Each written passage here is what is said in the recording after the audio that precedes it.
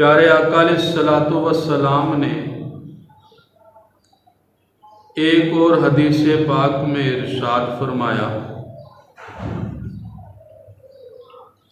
حضرت کعب بن عجرہ اس حدیث کے راوی ہیں، فرماتے ہیں ذکر رسول اللہ صلی اللہ علیہ وسلم فتنة فقربها وعظمها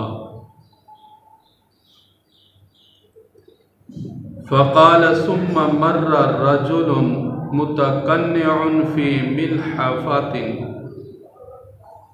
فقال هذا يومئذ على الحق فانطلقت مسرعا أو قال محضرا فأخذت بضبعيه فقلت هذا يا رسول الله صلى الله عليه وسلم قال هذا فإذا هو عثمان بن عفان رضی اللہ عنہ۔ کعب بن عجرہ فرماتے ہیں پیارے آقا علیہ الصلوۃ والسلام نے ایک فتنے کو بیان کیا، اس کے قریب اور شدید ہونے کو بیان کیا۔ کعب بن عجرہ فرماتے ہیں اچانک ایک آدمی کا گزر ہوا جو چادر میں اپنے سر اور منہ کو لپیٹے ہوئے تھا۔ پیارے آقا علیہ الصلوۃ والسلام نے ارشاد فرمایا ھذا یومئذ علی الحق، جس دن فتنہ برپا ہوگا اس دن یہ بندہ اور اس کے ماننے والے حق پر ہوں گے۔ صحابی رسول فرماتے ہیں میں جلدی سے دوڑا، میں اس آدمی تک پہنچا، فَأَخَذْتُ بِضَبْعَيْهِ، میں نے ان کو کندھے سے پکڑا اور اس کا چہرہ حضور کی طرف موڑ کر فرمایا ھذا یا رسول اللہ صلی اللہ علیہ وسلم، اللہ کے نبی یہ بندہ ہے جس کے بارے میں آپ فرما رہے ہیں کہ یہ اس دن حق پر ہوگا۔ پیارے آقا علیہ الصلوۃ والسلام نے ارشاد فرمایا ھذا یہی بندہ ہے جو اس دن حق پر ہوگا، جب اس نقاب پوش آدمی نے اپنا چہرہ چادر سے ظاہر کیا، فَإِذَا هُوَ عثمان بن عفان، وہ سیدنا عثمان بن عفان رضی اللہ تعالی عنہ تھے۔ سبحان اللہ، کتنے پیارے وہ صحابی ہیں جس کے حق ہونے کو حضور نے اپنی زندگی میں بیان فرما دیا۔ میری اور آپ کی بات ہم سے بڑے بڑے اولیاء کرام، محدثین کرام، علماء کرام، مفتیان کرام جتنے بھی ہیں ان کی بات میں شک و شبہ ہو سکتا ہے، لیکن میرے آقا جو فرما دیں زمین آسمان تو اپنی جگہ سے ہٹ سکتے ہیں، یہ ممکن ہے، لیکن حضور کی بات میں کسی قسم کی شک کی گنجائش نہیں ہے۔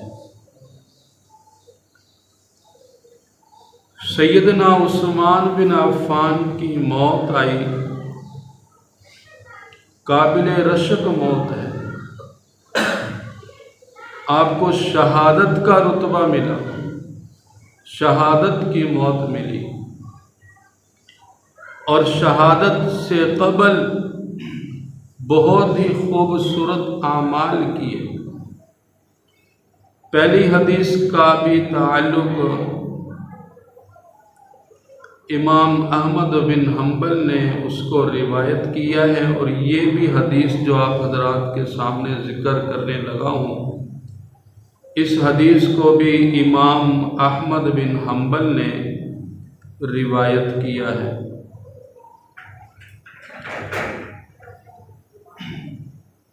ان کے پیارے غلام ہیں خادم۔ خادم اپنے آقا کا ہر طرح سے اس کا رازدان ہوتا ہے۔ اگر کسی کے بارے میں حالات کو معلوم کرنا ہو تو ان کے جو نوکر ہیں، ان کے جو غلام ہیں، ان سے معلوم کر لیے جائیں تو وہ سچ ثابت ہوں گے۔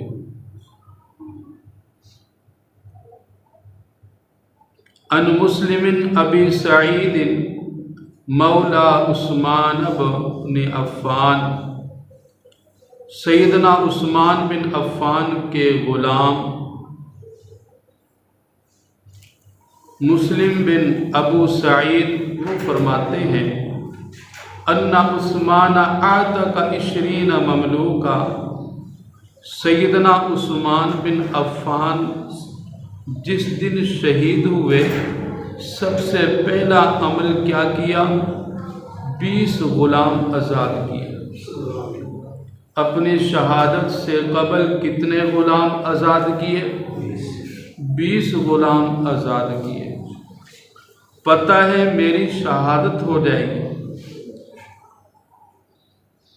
فدعا بسراویل فشدها علیہ لم یلبسها فی جاہلیت ولا اسلام۔ سیدنا عثمان بن عفان نے ایک چادر منگوائی، شلوار کہہ لیں یا تہمت کہہ لیں، اس کو آپ نے باندھا۔ وہ تہمت یا شلوار آپ نے نہ تو اس کو کبھی زمانہ جاہلیت میں پہنا اور نہ آپ نے زمانہ اسلام میں اس کو اس سے پہلے پہنا۔ پہلی مرتبہ آپ نے وہ ایسی خاص قسم کی شلوار یا تہمد تھا جس سے آپ نے اپنے سطر کو چھپانے کا بندوبست کیا۔ یہ بھی ضروری ہے، جب انسان پر حملہ ہوتا ہے تو اس کے پردے کا کھلنے کا بھی ڈر ہوتا ہے، کیونکہ حملہ اتنا خطرناک ہوتا ہے۔ سیدنا عثمان بن عفان نے دوسرا کام اپنی شہادت سے قبل جو کیا وہ اپنے تہمت کو مضبوط کیا۔ وقال انی رأیت رسول اللہ صلی اللہ علیہ وسلم البارحۃ فی المنام۔ سبحان اللہ۔ پیارے عثمان فرماتے ہیں مجھے نبی پاک علیہ السلام کی اس رات زیارت ہو۔ شہادت سے قبل کس کی زیارت ہو رہی ہے؟ نبی پاک علیہ السلام کی۔ کیا کہنے عثمان کے؟ فرماتے ہیں وَرَأَيْتُ أَبَا بَكْرٍ وَعُمَرَ وَأَنَّهُمْ قَالُوا لِي اصْبِرْ فَإِنَّكَ تُفْطِرُ عِندَنَا الْقَابِلَةَ۔ فرماتے ہیں حضور کی بھی زیارت ہوئی اس رات، اور حضور کے جو پیارے یار ہیں جناب سیدنا ابو بکر صدیق، جناب سیدنا عمر بن خطاب، ان کی بھی خواب میں زیارت ہوتی ہیں اور مجھ سے کہتے ہیں عثمان صبر کر، تو نے روزہ رکھا ہوا ہے نا، کل تو روزہ ہمارے ساتھ افطار کرے گا۔ فدعا بمصحف فنشره بین یدیہ فقتل بین یدیہ، رواہ احمد۔ سیدنا عثمان بن عفان کا چوتھا عمل جو تھا وہ یہ ہے، آپ قرآن پاک کو منگواتے ہیں۔ قرآن پاک کو اپنے سامنے رکھا، قرآن پاک کی تلاوت کر رہے ہیں۔ اس آیت پر آپ پہنچے فَإِنْ آمَنُوا بِمِثْلِ مَا آمَنْتُمْ بِهِ فَقَدِ اهْتَدَوْا وَإِنْ تَوَلَّوْا فَإِنَّمَا هُمْ فِي شِقَاقٍ فَسَيَكْفِيكَهُمُ اللَّهُ فَقُتِلَ وَهُوَ بَيْنَ يَدَيْهِ، رواہ احمد۔ جب آپ اس آیت پر پہنچے فَسَيَكْفِيكَهُمُ اللَّهُ، آپ کو شہید کر دیا گیا۔ آپ کا خون قرآن پاک کے اوراق پر گرا، قرآن پاک کھلا ہوا تھا۔ امام احمد بن حنبل نے اس حدیث کو روایت کیا ہے۔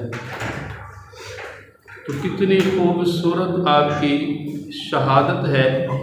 شہادت سے قبل آپ کا ہر عمل لاجواب ہے۔ ایک غلام کا آزاد کرنا، سرکار نے اس کا بڑا ثواب بیان فرمایا ہے۔ شہادت سے قبل آپ نے 20 غلام آزاد کیے، اور ہر جمعۃ المبارک کے دن پیارے عثمان ایک غلام آزاد کیا کرتے تھے۔ اگر ایک جمعہ کسی وجہ سے آپ غلام آزاد نہ کر سکتے تو اگلے جمعہ آپ 2 غلام آزاد کرتے۔ پھر سیدنا عثمان بن عفان کو شہادت سے پہلے حضور اور حضور کے پیارے صحابہ کی زیارت ہوتی ہے۔ آج اگر ہمیں حضور کی زیارت ہو جائے، حضور کا یہ ادنا سا غلام، حضور کا یہ ادنا سا امتی، ہم اس کے پاؤں سے لے کر سر کی پیشانی تک اس کو چومنے کی کوشش کرتے ہیں، کیونکہ اس کی نسبت ہم سے اب بہت اعلیٰ ہو گئی، اس وجہ سے کہ خواب میں اس نے حضور کی زیارت کی ہے۔ جب زیارت ہو گئی، پھر خواب میں حضور اور حضور کے پیارے صحابہ کس خوبصورت انداز سے عثمان سے کہہ رہے ہیں، عثمان تو صبر کر، کل جو آنے والا دن ہے اس دن تو ہمارے ساتھ روزہ افطار کرے گا۔ شہادت سے قبل پھر آپ قرآن پاک کی تلاوت کر رہے ہیں۔ قرآن پاک کی تلاوت کی، فَإِنْ آمَنُوا بِمِثْلِ مَا آمَنْتُمْ بِهِ فَقَدِ اهْتَدَوْا وَإِنْ تَوَلَّوْا فَإِنَّمَا هُمْ فِي شِقَاقٍ فَسَيَكْفِيكَهُمُ اللَّهُ وَهُوَ السَّمِيعُ الْعَلِيمُ۔ تا قیامت اس آیت نے امت مسلمہ کے مردوں کو، عورتوں کو پیغام دے دیا، اگر ایمان لانا چاہتے ہو، ایمان کا معیار ہے صحابہ، صحابہ جیسا ایمان لے کر آؤ۔ اگر صحابہ جیسا ایمان نہیں لے کر آتے، اس ایمان سے اپنا منہ پھیرتے ہو، اللہ کو ایسا ایمان قبول نہیں ہے۔ فَسَيَكْفِيكَهُمُ اللَّهُ، اللہ سبحانہ و تعالی کافی ہے۔ سیدنا عثمان بن عفان رضی اللہ تعالی عنہ نے اپنی زندگی میں ایسے خوبصورت اعمال کیے ہیں جن کا ثواب تا قیامت ان کو ملتا رہے گا۔ تا قیامت ان کا ثواب ان کو ملتا رہے گا۔ صحیح بخاری شریف کی حدیث آپ کو سناتا ہوں۔ سیدنا انس بن مالک اس حدیث کے راوی ہیں، فرماتی ہیں نبی پاک علیہ السلام نے ارشاد فرمایا، ما من مسلم یغرس غرسا او یزرع زرعا فیأکل منہ طیر او انسان او بہیمۃ الا کان لہ بہ صدقہ۔ سیدنا انس بن مالک جو حضور کے غلام ہیں، یہ وہ غلام ہیں جب سرکار مدینہ تشریف لے گئے، لوگوں نے سرکار کو تحفے تحائف پیش کیے، کیونکہ حضور ان کے لیے سب سے بڑے مہمان تھے۔ مہمان کو تحفہ دیا جاتا ہے۔ ان کی والدہ غریب عورت تھی، کچھ نہ تھا، سرکار کی جھولی میں اس بچے کو ڈال دیا، کہا کہ محبوب میرے پاس کچھ نہیں ہے سوائے اس بچہ کے، اس کو آپ قبول فرما لیں، یہ آپ کی تاموت خدمت کرے گا۔ تو یہ سیدنا انس بن مالک جو حضور کے پیارے صحابی ہیں وہ فرماتے ہیں حضور نے فرمایا جو کوئی مسلمان درخت لگاتا ہے، جو کوئی مسلمان درخت لگاتا ہے یا کھیتی لگاتا ہے، پھر اس درخت جو پھلدار ہے یا کھیتی جو انسانوں کے لیے یا جانوروں کے لیے غذا کا کام دے، اس سے کوئی پرندہ اپنا پیٹ بھر لے یا انسان اپنا پیٹ بھر لے یا جانور چارے کی شکل میں اپنا پیٹ بھر لے، تو یہ اس کے لیے صدقہ جاریہ ہے۔ سیدنا عثمان بن عفان رضی اللہ تعالی عنہ نے بھی ایسے اعمال کیے ہیں جو ان کے لیے تا قیامت صدقہ جاریہ ہے۔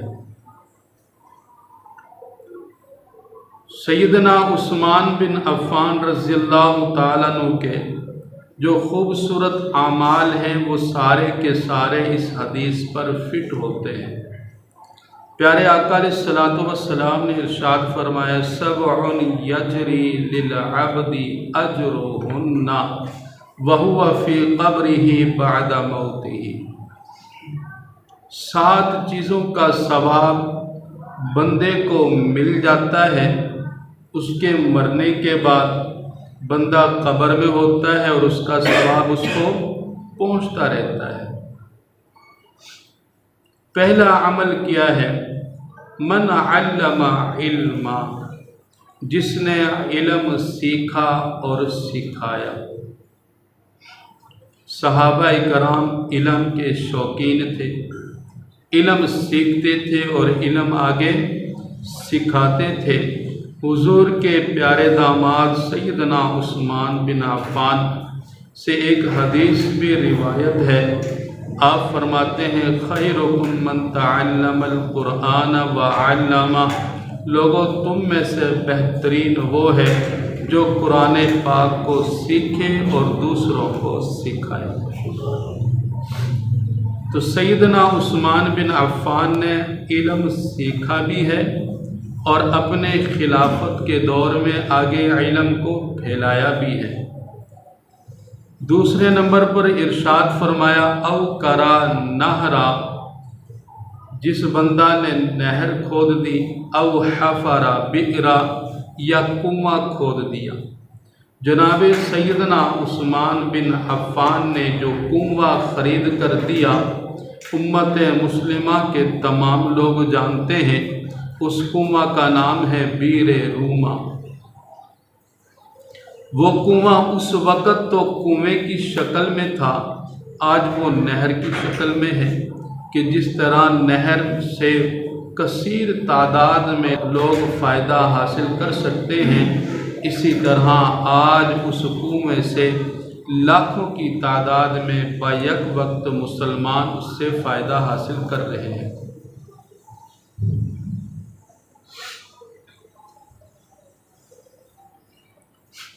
اب یہ کنواں تا قیامت ان کے لیے صدقہ جاریہ ہے۔ کیسے؟ ایمان والے اس سے پانی بھی پئیں گے، ایمان والے اس سے غسل بھی کریں گے، ایمان والے اس سے وضو بھی کریں گے۔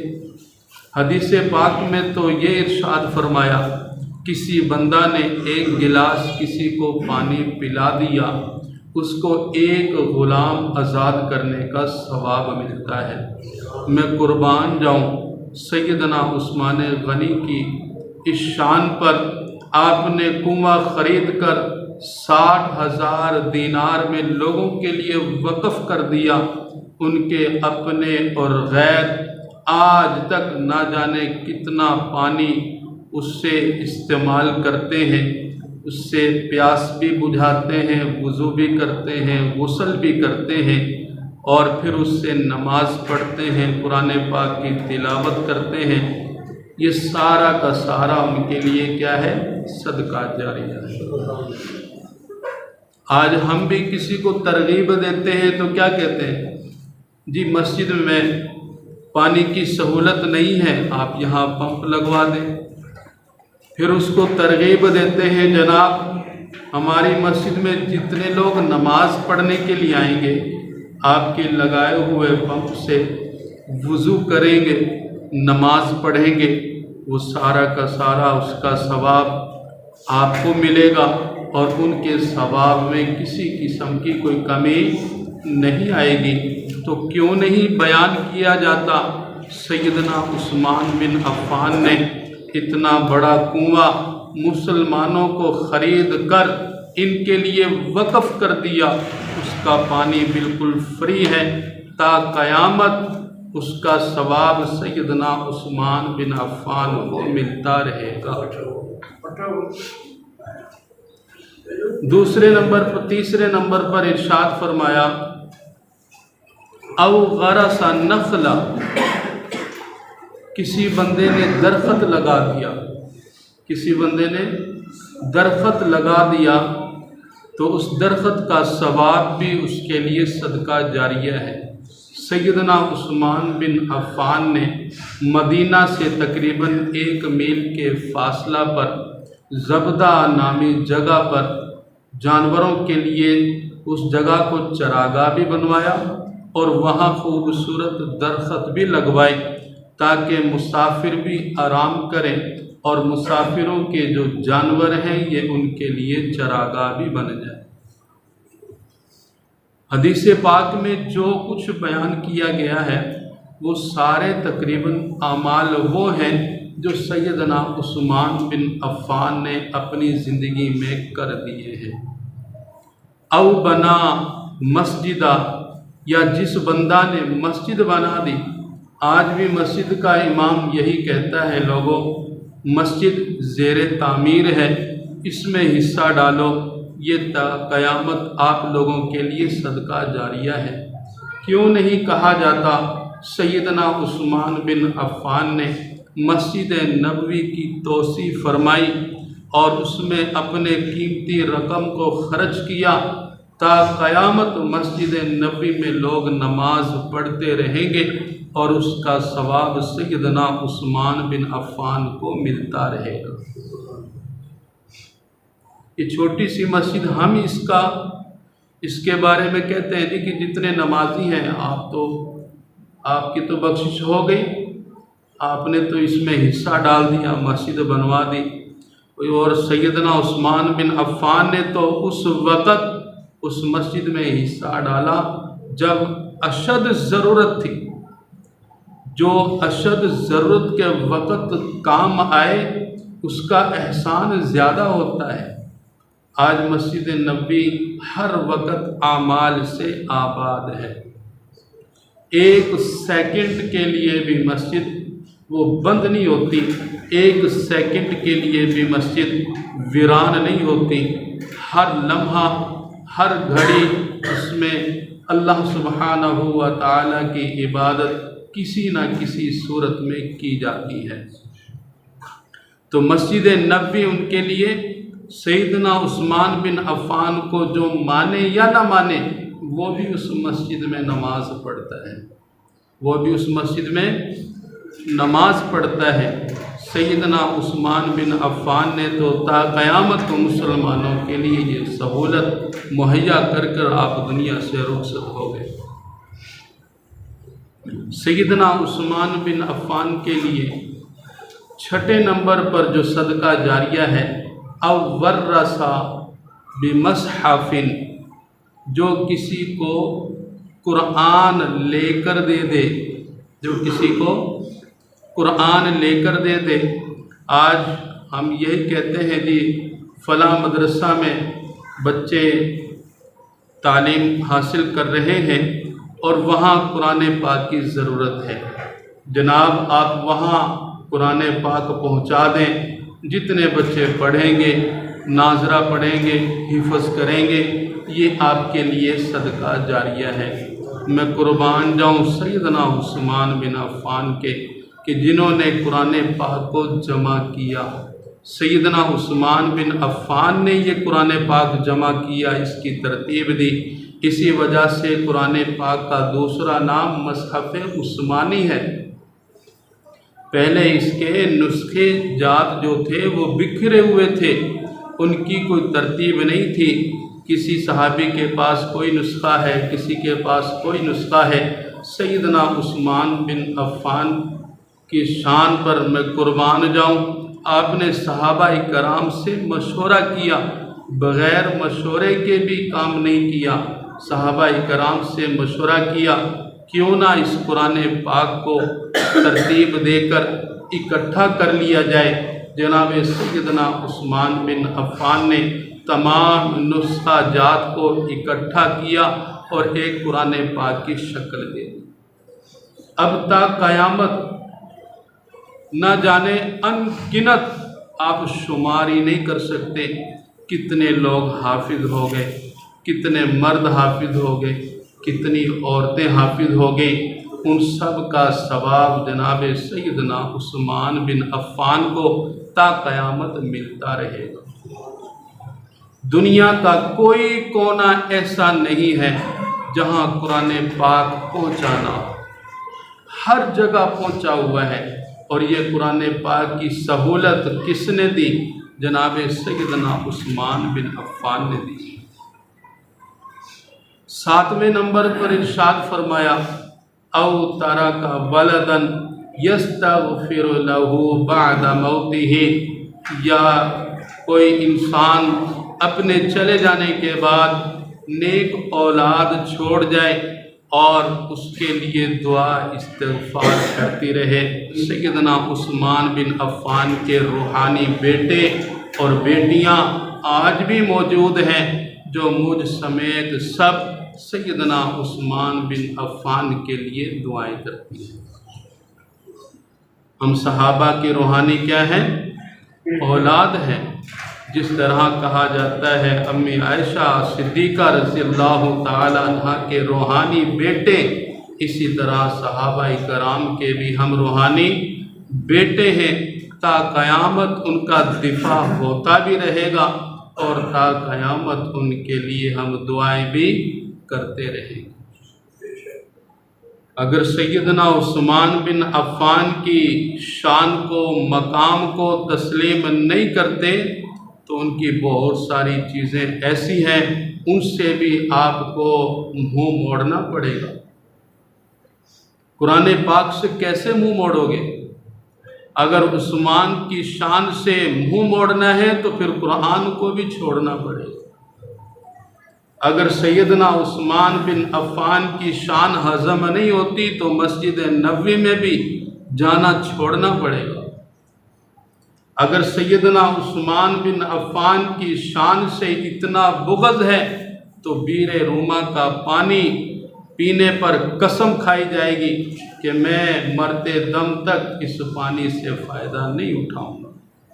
سیدنا عثمان بن عفان نے تو ایسے خوبصورت اعمال کر دیے جو تا قیامت ان کے لیے صدقہ جاریہ ہے اور ان کے حق ہونے کی دلیل ہے۔ سیدنا عثمان بن عفان وہ پیارے صحابی رسول ہیں، ترمذی شریف میں یہ حدیث پاک موجود ہے۔ عبداللہ بن عمر اس حدیث کے راوی ہیں، فرماتے ہیں حضور نے کیا ہی خوب ارشاد فرمایا، لِكُلِّ نَبِيٍّ رَفِيقٌ یعنی فی الجنت و رفیقی عثمان۔ فرمایا ہر نبی کا جنت میں ایک دوست ہوگا اور میرا دوست جنت میں کون ہے؟ عثمان ہے۔ بات ہی ختم ہو گئی۔ ترمذی شریف میں یہ کوئی کچی کتابوں میں یہ حدیث نہیں لکھی ہوئی، ترمذی شریف میں یہ حدیث پاک موجود ہے۔ حضور نے فرمایا کل قیامت کے دن جنت میں میرا ساتھی جو ہوگا وہ عثمان ہوگا۔ جھگڑا ہی ختم ہو گیا۔ جس کو حضور کی نسبت مل جائے اس کو کسی اور کی کوئی ضرورت نہیں ہے۔ ایک صحابی کہنے لگے حضور قیامت کب آئے گی؟ اللہ کے محبوب نے فرمایا قیامت کے لیے کیا تیاری کی ہے؟ کہا کہ حضور اعمال تو کچھ زیادہ نہیں لیکن آپ کے ساتھ میں محبت کرتا ہوں۔ پیارے آقا علیہ الصلوۃ والسلام نے ارشاد فرمایا بس میری محبت تیری بخشش کے لیے کافی ہے۔ تو سیدنا عثمان بن عفان کے بارے میں تو حضور نے اپنی زندگی میں فرما دیا کہ سیدنا عثمان بن عفان کل قیامت کے دن جنت میں میرا ساتھی ہوگا۔ اللہ سبحانہ و تعالی جو کچھ کہا ہے آپ لوگوں نے سنا ہے، اللہ پاک ہم سب کو اس پر عمل کرنے کی توفیق عطا فرمائے۔ سیدنا عثمان بن عفان ہمارے ایمان کا حصہ ہے کہ اللہ اس کی محبت ہمارے دلوں میں پیدا فرمائے۔